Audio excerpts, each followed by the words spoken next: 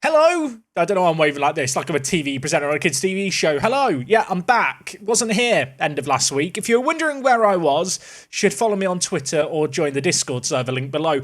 Basically, I was going to record a video and then I woke up not feeling so well, but decided because I'm an expert in health, he says, I went and worked out. And having worked out whilst feeling unwell, I basically killed my body for the rest of the day, to the point where I just couldn't really sit down and record a video. Instead, I just laid down on the sofa and felt sorry for myself feeling unwell. But good news, I'm feeling better today, and today we are taking on the reigning champions of Syria in Internazionale Milano. We're heading to the San Siro. I don't know why I've gone with the full name there. It's a big game, Champions League round of 16. As for the league, things are going very, very well with 9 games left. Before we talk about that, though, let's run the intro. It's the 9th of March. We have a preview of our youth intake, and it's crap, so don't get excited.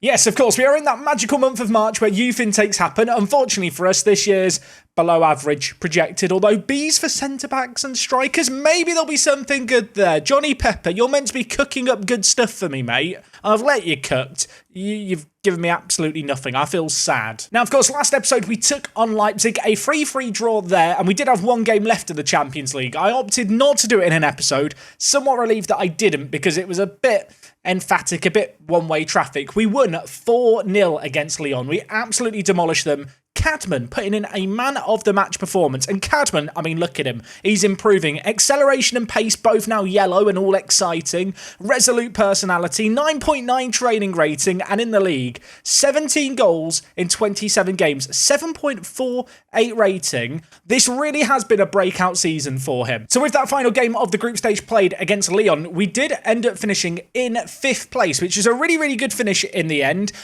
Good job we won that game as well, because had we not won it, we wouldn't have actually finished in the top 8 and skipped to knockout round. Of course, you can see some of the teams alongside us here. All the English teams are going very, very strong. And speaking of going very, very strong, until recently, our league form has been good. There was one little blip in the month of January. We drew against Fulham 1-1, Jude Bellingham popping up with the all-important goal.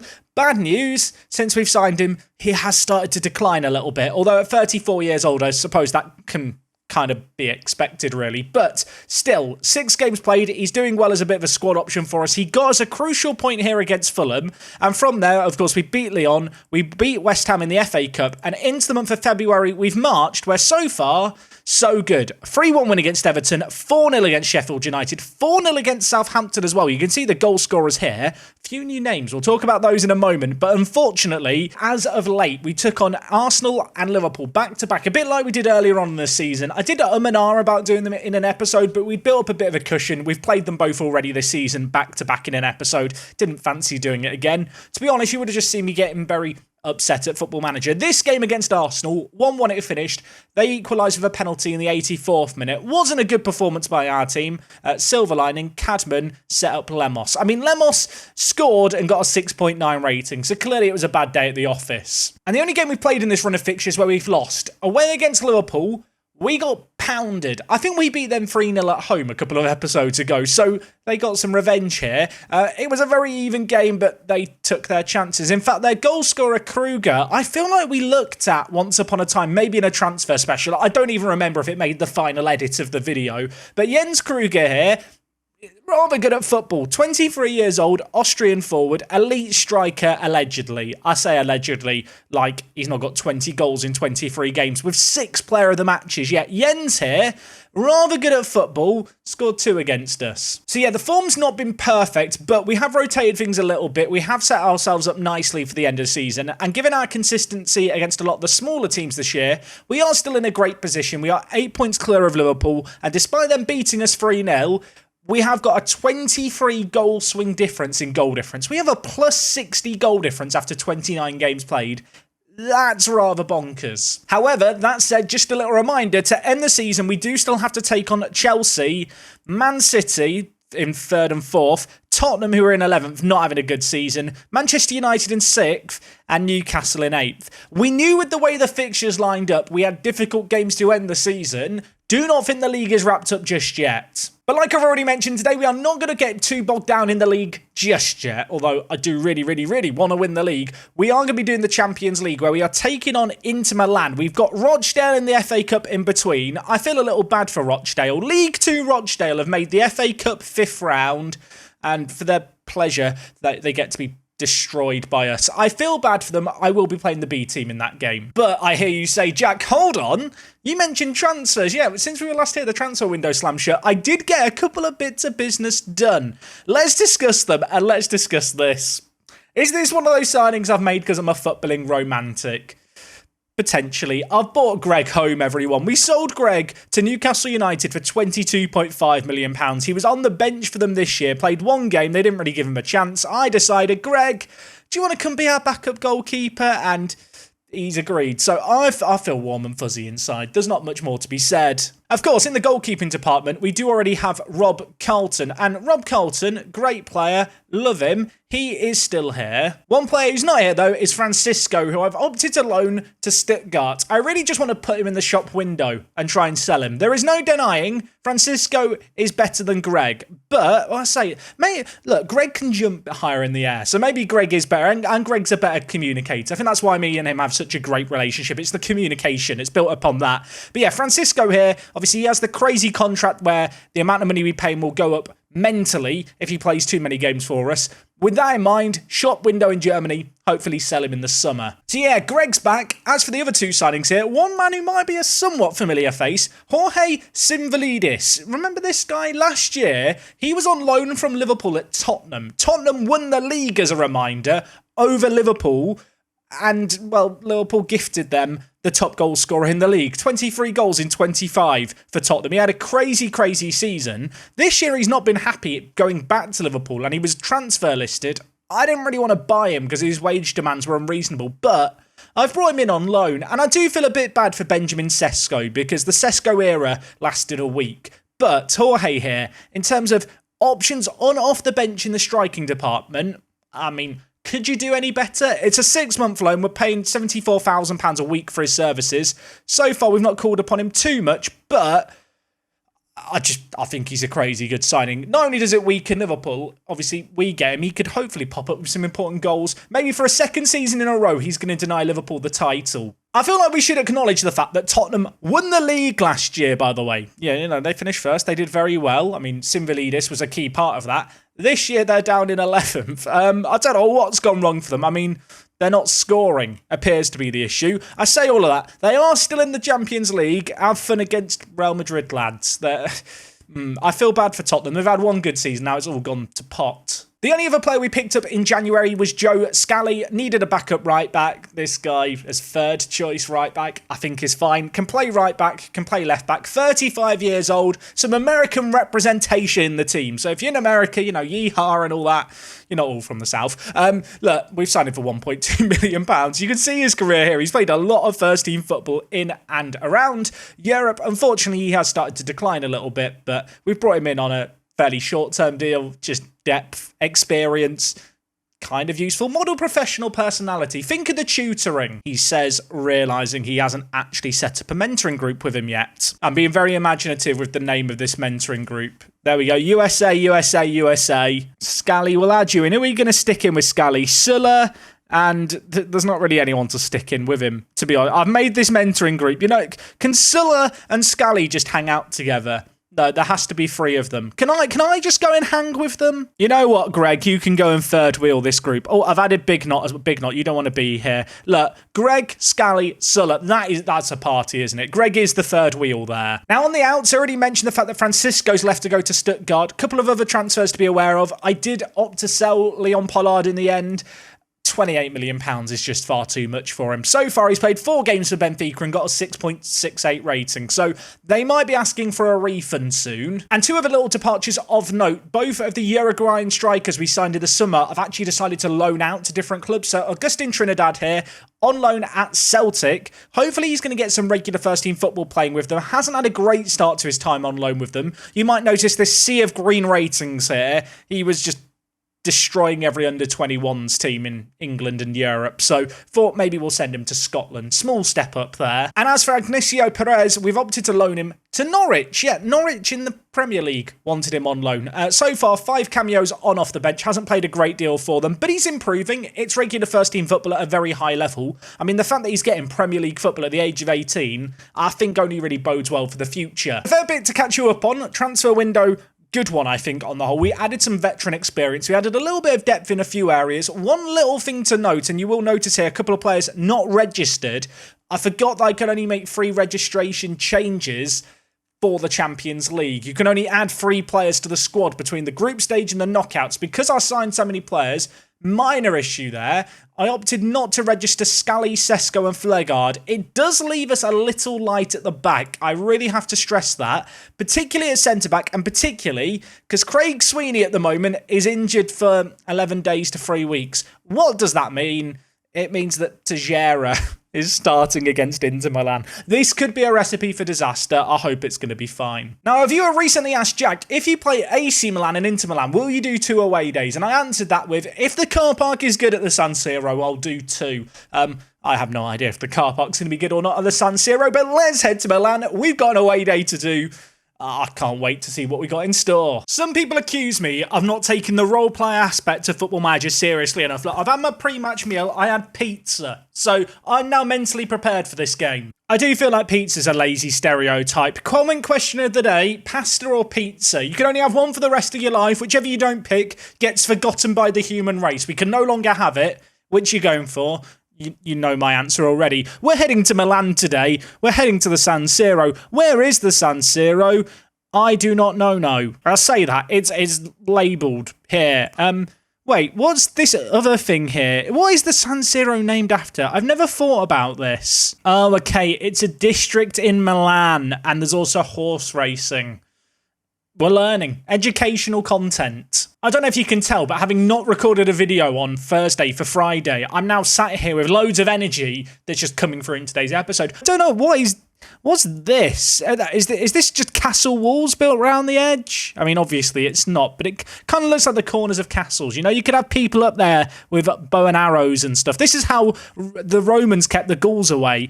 That they set up fortifications to defend themselves from Vercingetorix back in the day. What am I talking about? I'll tell you what, someone told me there was no car park at the San Siro. Fake news. Now, thoughts on the car park? I think I like it, although given the fact that everything's at an angle, the fact that they've decided to keep all the car parking spaces directly north to south, I don't know if that is genius or not. Also, respect to them getting in 2 spaces there. That's expert use of space. You could say they work the space.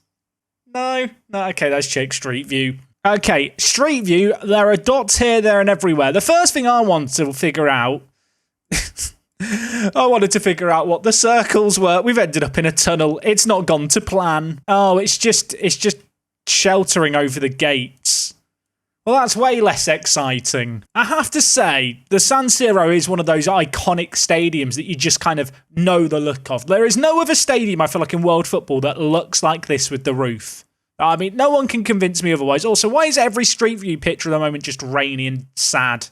Didn't realise that Milan was basically just England, but with pizza. Okay, I've ended up in a food place called Barretto 1957 that is just next door to the stadium. What do they do? Do they do pizza? That's all that I care about. Also, what footballs we got up here? Oh, Champions League, a Jubilat. Is it Jubilat? The floaty ball from the South African World Cup. Was it called the Jabalami? I don't know. Salami?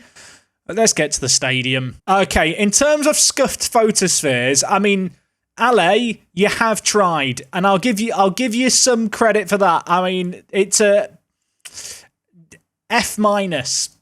Do better next time. Surely the photospheres can't all be that bad. Oh, here we go.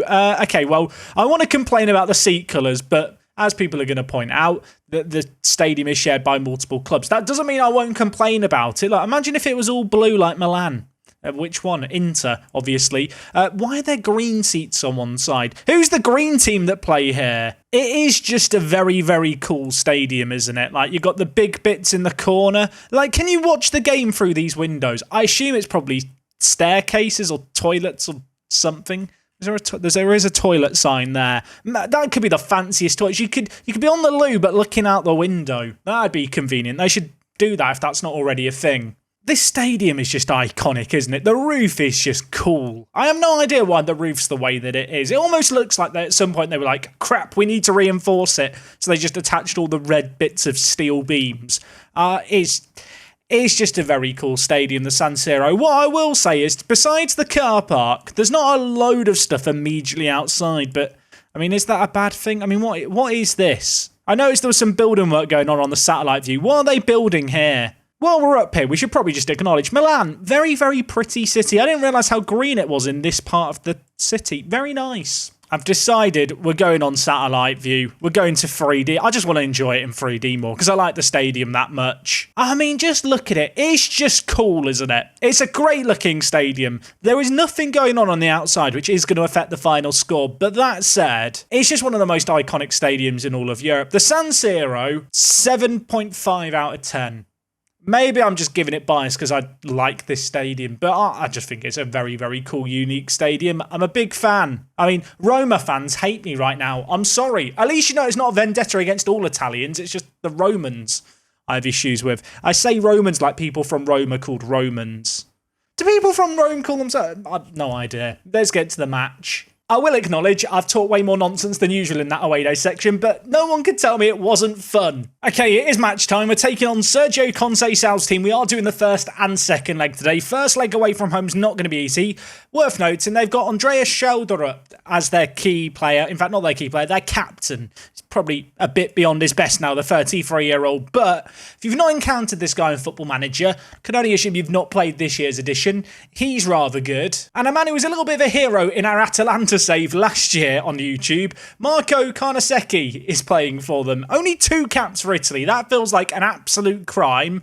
He's still very, very good for a 37-year-old. So for this away leg, I am going to be playing the 3 at the back to start things out. Due to the injuries that we've got and a few other bits going on, worth noting, Teixeira is starting. Obviously, Sweeney is unavailable. We are a little light on centre-backs. If I was to get another injury to a centre-back, I probably would be forced to play the 4-2-3-1 in Europe, which isn't exactly ideal, but it was a decision that I kind of had to make.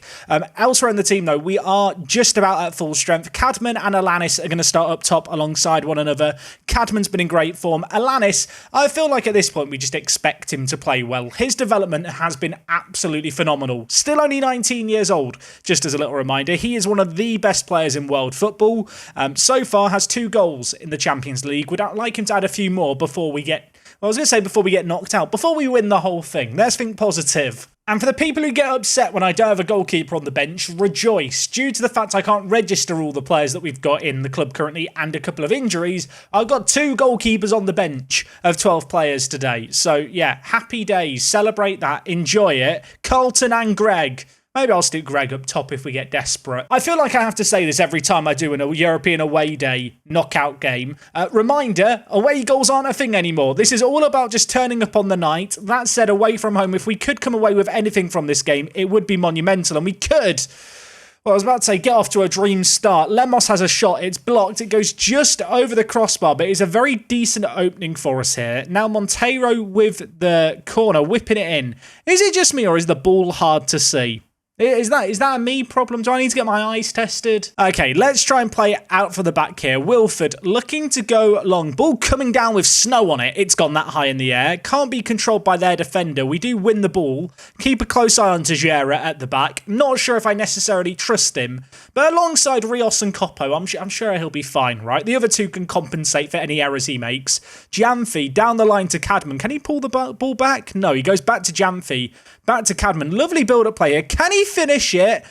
Oh my word, I thought he was about to bend into the far corner. It's cleared off the line. Rios with the ball, looking to build out from the back. I tell you what, Inter are pressing very, very high up the pitch. It's going to leave some space in behind if we can beat that initial press. I suppose the question is, can we beat that initial press? And, well, having done it on that occasion, Cadman unfortunately was caught out in possession. Does look like Inter are playing... Actually, I'm not sure what shape are they playing. Is it just a 4-4-2?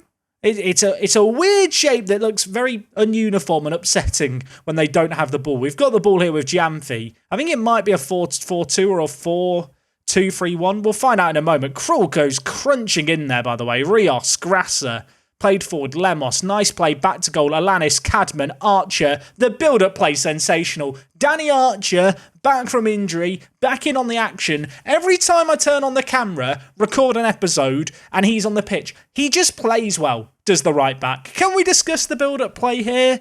They were pressing us very, very hard up the pitch. They look like they're playing almost like a 4-1-4-1. In terms of the player roles when they don't have the ball. It's left space in behind for Archer to get into. We take the lead here. I think we deserve it. Looking at their system, they are playing a 4-4-2, but they are playing with a deep lying forward and one of their centre mids more defensive. So when they don't have the ball, they are dropping that little bit more. Having taken the lead early on, the last thing we want now is to concede from a set piece. We need to do some defending here. It's headed away, only as far as CDK, who pulls the trigger from range. Hits the woodwork, and have we got it away from danger? We have just about, but not for very long. It's the third highlight in 3 minutes. Football Manager, you need to calm down. There's too many highlights. I'm too stressed. Grasser wins the ball in a great area, the defensive midfielder, bringing it forward all on his lonesome. Lays it wide to Archer, who already has 1 goal. Why not shoot from there, mate? I back it. Monteiro with the ball. Now back to Coppo, to Gera. Monteiro. The Regista working things from deep. Cadman. Alanis is there. Keeper's in no man's land. And for the second time this game, it's cleared off the line. Inter look like an absolute shambles at the back at the moment. Jamfi on the near side, throw in towards the box. I'll tell you what, in terms of throw-ins we've seen, it is one of them. It's not one of the ones I want to remember. It was absolutely awful. Inter back in possession here. CDK, though, tackled by Adu Jamfi. Can he put in a second tackle, the Ghanaian? He can't. Does force Inter to go all the way back. They're now going to look to go long. Coppo, of course, going back to home soil. The Italian stallion at the back for us here. So far, so good from the entirety of the defence, although a lot left to be played here, and to be honest, we've not really been tested just yet in this game. Coppo with the ball. Monteiro turns, looks to spread it wide. Jamfi and Archer. So much space for the wing-backs in their game. Both the wide midfielders for Inter playing as inverted wingers, at least according to my assistant, who would never lie to me about anything. They're being caught out here, there and everywhere. Is Cadman onside there? I guess he was behind the ball. I could swear Cadman was offside. I think Alanis shot there rather than passed. We'll pretend that he was passing. I'm pretty sure this is an awful shot. It doesn't really matter. It's 2-0 here. I mean, can we discuss this by Alanis? Is this a shot? Is it a pass? I'll let you guys be the judge. Great link-up play. They're on the same wavelength. They knew what they were doing, I'm sure. Tell you what, so far in this game, we have been absolutely phenomenal. Archer bring the ball forward. Does get caught out in possession there. Smith looking to bring the ball inside, the left wing-back. To Vidal, who's caught out in possession by Grasser. Cadman, wide to Jamfi. Grasser through the middle. If Grasser scores this, I'm on the pitch. It's 3-0 inside the first 31 minutes. I love the San Siro. Can I give it a higher score? Can we play them every week? I think it was Grasser that initially won the ball after Vidal was caught in possession. And then from there, Grasser just keeps his run going forward. And the defensive midfielder tucks it away at the near post. We've had 54% of the ball. We're dominating possession. We've created so much. Inter not doing a lot in this game. And, well, things could go from bad to worse. Monteiro, corner, whip back post, cleared away. Lemos can't get to the second ball immediately, although he will get to the third ball. What can the number 10 do here? In the wide area, players queuing up in the middle. One is Monteiro. Ball falls back to him, deflects off our man. And I think that's just been headed off the line again. I feel like Inter have made 3 goal line clearances in this game. And it's 3-0. It's been an ugly first half. Well, if you're an Inter fan, it's been a beautiful first half as far as I'm concerned. So much so, I'm going to tell the players I'm playing brilliantly and probably invite on a load of complacency. Okay, there's a kickoff highlight. If we concede immediately, I am going to regret telling the players they played brilliantly. I'll think that I should have just not said anything. Either way, Inter doesn't look like they're changing their game plan just yet here. Looking to play out from the back. CDK trying to get there, but as has been the case all game, Jamfi's just got his number. The left back for us has been involved in so much of the build-up play. Grasser as well, just breaking down the play in the middle. The 2 Portuguese centre defensive mids, Monteiro and Grasser, have been absolutely sensational, as has Cadman, who lays it off to Monteiro. 42 seconds it took to grab goal number 4. I'm going to say this now. This might be the best I've ever seen this Guernsey team play, at least in a European game. We look absolutely sensational. Cadman pulls it back. Monteiro smashes it home. I hate to say it's over after one leg. It might be over after one leg. If I do now go on to lose this game, that comment will live on in infamy. But I'm feeling pretty good right now, he says. I mean, a highlight starting in our half. Not always a good thing. On this occasion, though, I've got faith. In Archer, I trust. Why have they got the ball? Why are they on the attack? Raffelli hits it. Manny Wilford holds on to it. Never doubted his ability. Bizarrely, don't think that was actually the highlight. I think there's more to come here. Manny Wilford's holding on to it.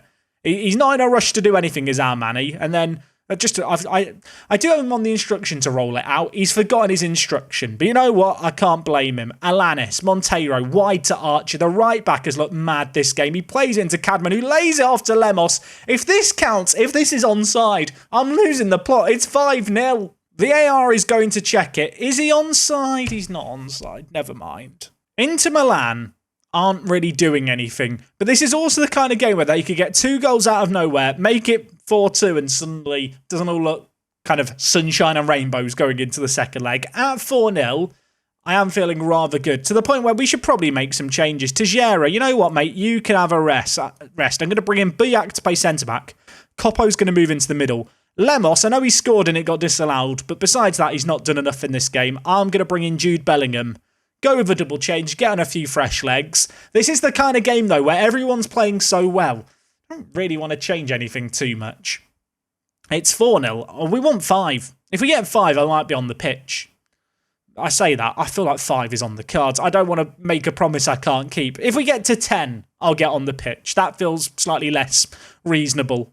I think the excitement's going to my head. Buyak, on off the bench, the left centre-back. What can he do? Lays it inside to Grassa, plays it forward to Cadman, who's through, and he tucks it away. If he's onside, it's going to count. I mean, it's a great finish. This should count, I feel like. I'm loving it on the sideline in my green suit. VAR, are you going to take another one away from us? No, you're not. Buyak, build-up play here. It was really, really nice. Fresh off the bench, lays it inside. And Grassa, is it just me or has Grassa been involved in everything in this game? I feel like Grassa's not going to get a good match rating because he's a defensive midfielder. He has absolutely run this game. I say he's run the game. I mean, look, Cadman has now got 2 assists and 2 goals. So he's also been quite good, and he is on a 10.0 rating. But, I mean, the whole team performance has just been absolutely sensational here. I want to see more of it. Jude Bellingham, wide to Archer, options in the middle. One is Alanis. Cadman's scored. It's 7-0. It's 7. Are we the baddies?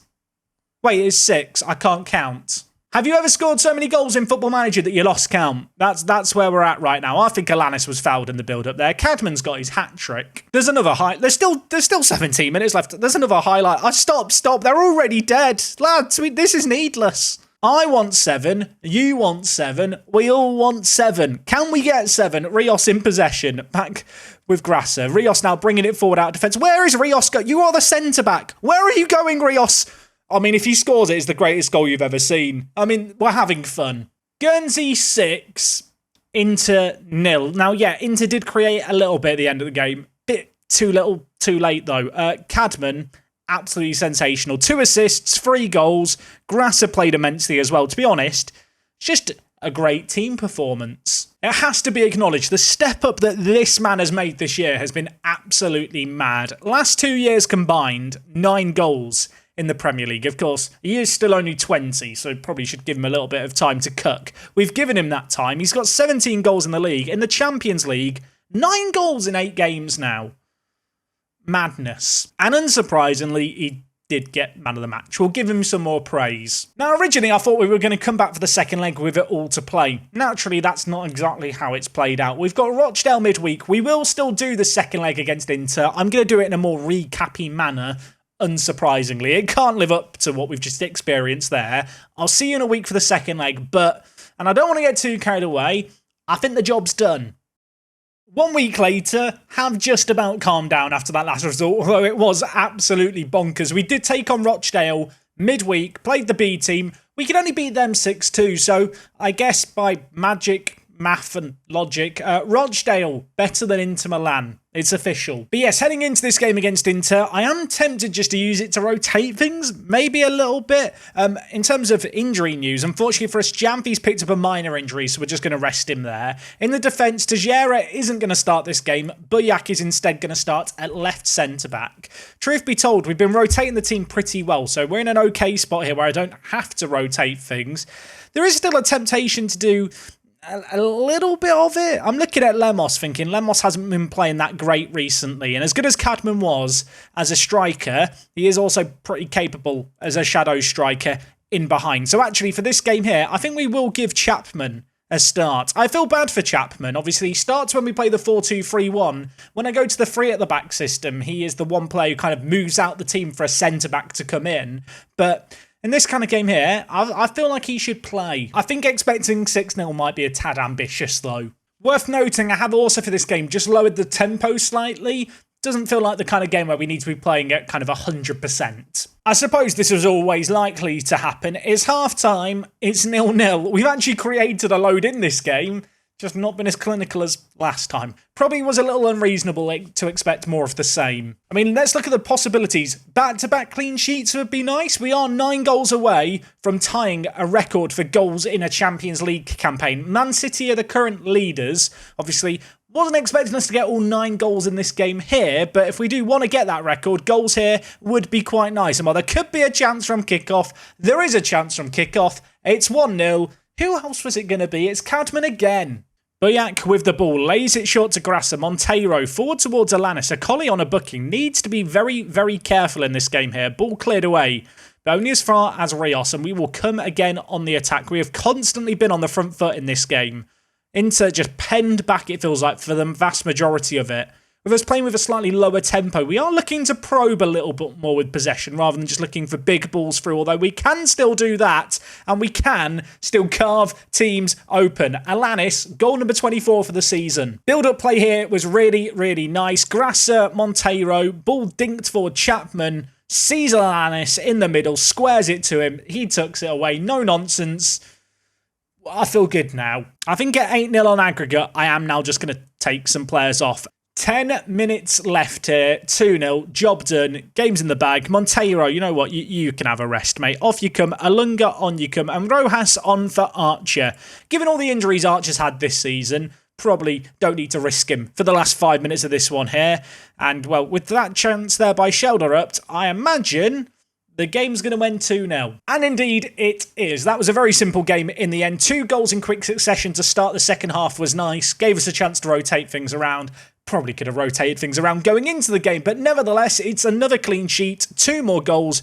Great little team display that sees us go on. Elsewhere, Tottenham have managed to beat Real Madrid 5-4. So they might be struggling in the league. They might be down in 11th or wherever it was.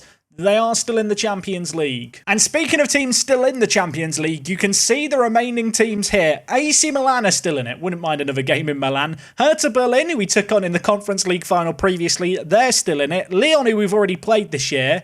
Atleti, who we've already played this year in the Champions League as well. Elsewhere, Liverpool crashed out. Man City and Arsenal also crashed out as well. So a few of the big English teams going out.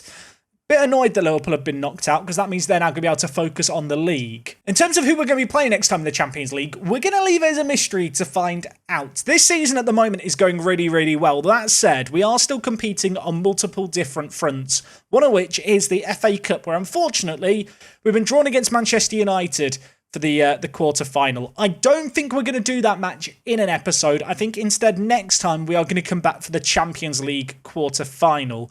If we start to bottle things, if we start to struggle, there might be a pivot in focus. But at least for the here and now, the league looks in a good spot, albeit not completely sealed. Champions League, that's what I want to aim for. Some people have asked, what is the aim with Park to Prem this year? Given the fact that Man City, in real life as I sit and record this, look like they are very much on for the treble, Champions League final, FA Cup final, top of the Premier League, I think a really good aim for this year's Park to Prem would be to do that treble.